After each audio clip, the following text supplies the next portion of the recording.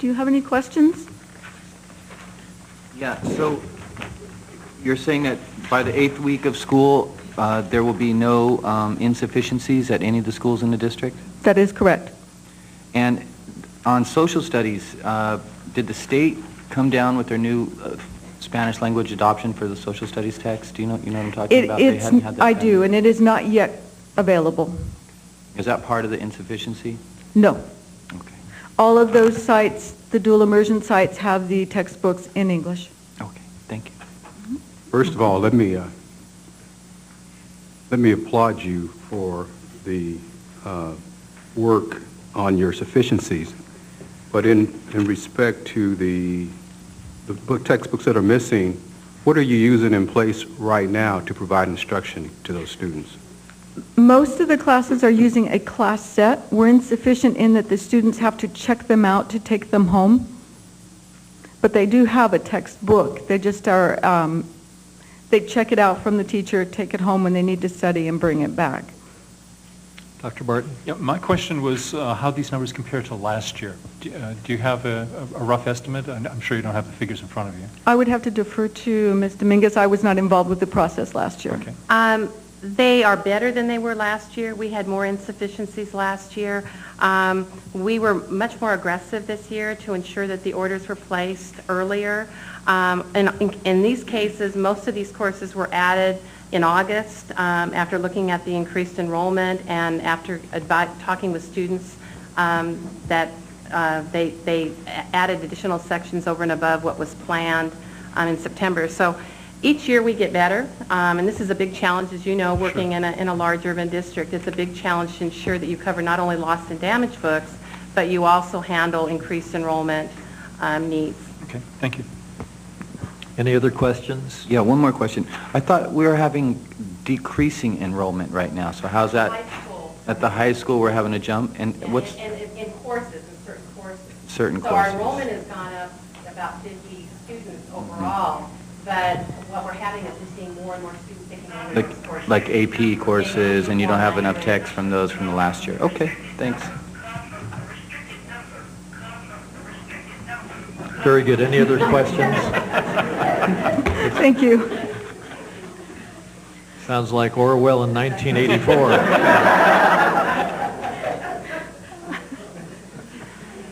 Next item on our agenda is call for agenda items for separate action. Adoption of the agenda is posted. Excuse me, Mr. President, we need to ask if any members of the public want to speak to the public hearing Oh, before we go on to the I'm sorry.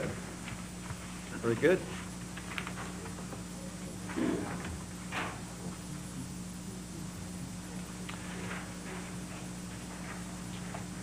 Public hearing.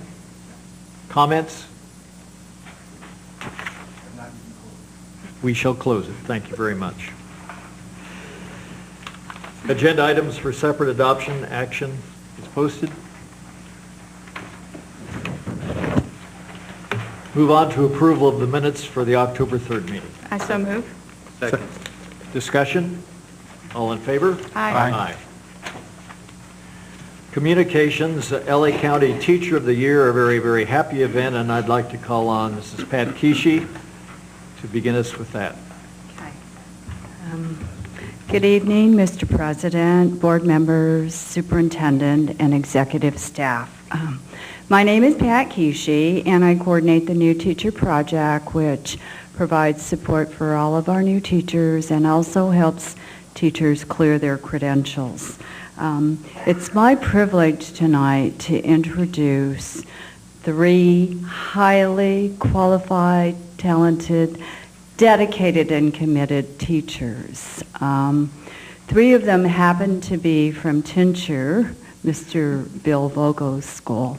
And if you look on the wall over here, we have started a Celebrating Educators wall here in the boardroom. And so we have 3 of our Teachers of the Year, and we also have Debbie Drab, who is a finalist in state competition for honoring people in science and math. So I would like the three recipients, three of the four are present tonight, so I'd like the three of you to please come and stand along with their principal. These are the three teachers from Tincture. And I'm going to let Bill introduce them, but Bill Vogel would like to say a few words right now and to honor his teachers at Tincture. And if there's anybody, is there any staff here from Tincture? We would really like to thank you for and former students. Oh, wow, we would like to honor you and thank you for being here to support your staff.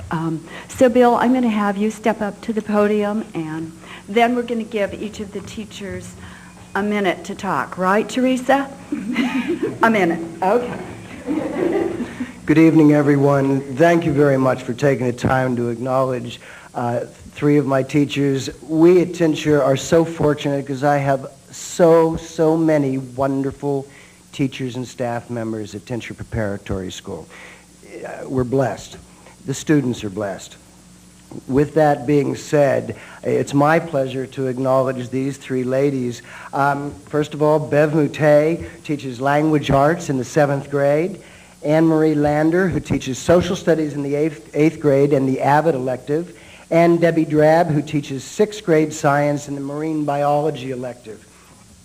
If you go into Debbie's room, you're going to see lots of aquariums full of snakes and reptiles and all the kind of things I see some of you getting squeamish over. If you go into Bev's room, you'll see writing all over the wall and just excellent quality of writing. If you go into Anne-Marie Lander's room, you will see the icons in regards to depth and complexity, and you know that the differentiation skills are going on in those rooms.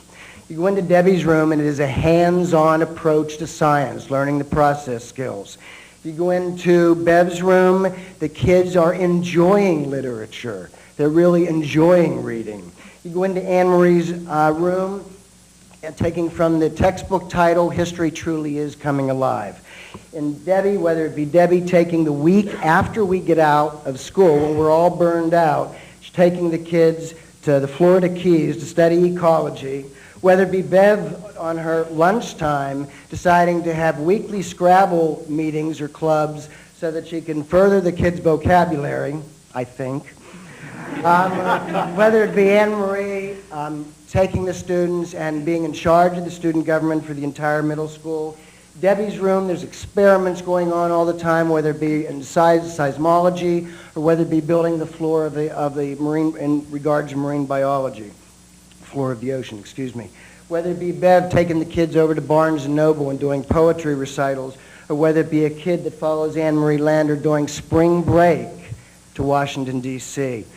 These three ladies exemplify our leadership at our school. They know the essential elements of instruction backwards and forward. The kids are actively engaged. They're professional. And I think all of their staff members would say they're so willing to collaborate and share and learn from others. And I could say the two last things that I would say about all three of them is, one, they're an inspiration to the teaching profession and an inspiration to me. And I like to continue growing in my teaching profession. And secondly, if I were a parent at Tincture Preparatory School, and my kids would go to that school, by the way, I would be in the principal's office saying that my children would be in their classrooms, and because they are wonderful teachers. So I would like to acknowledge them.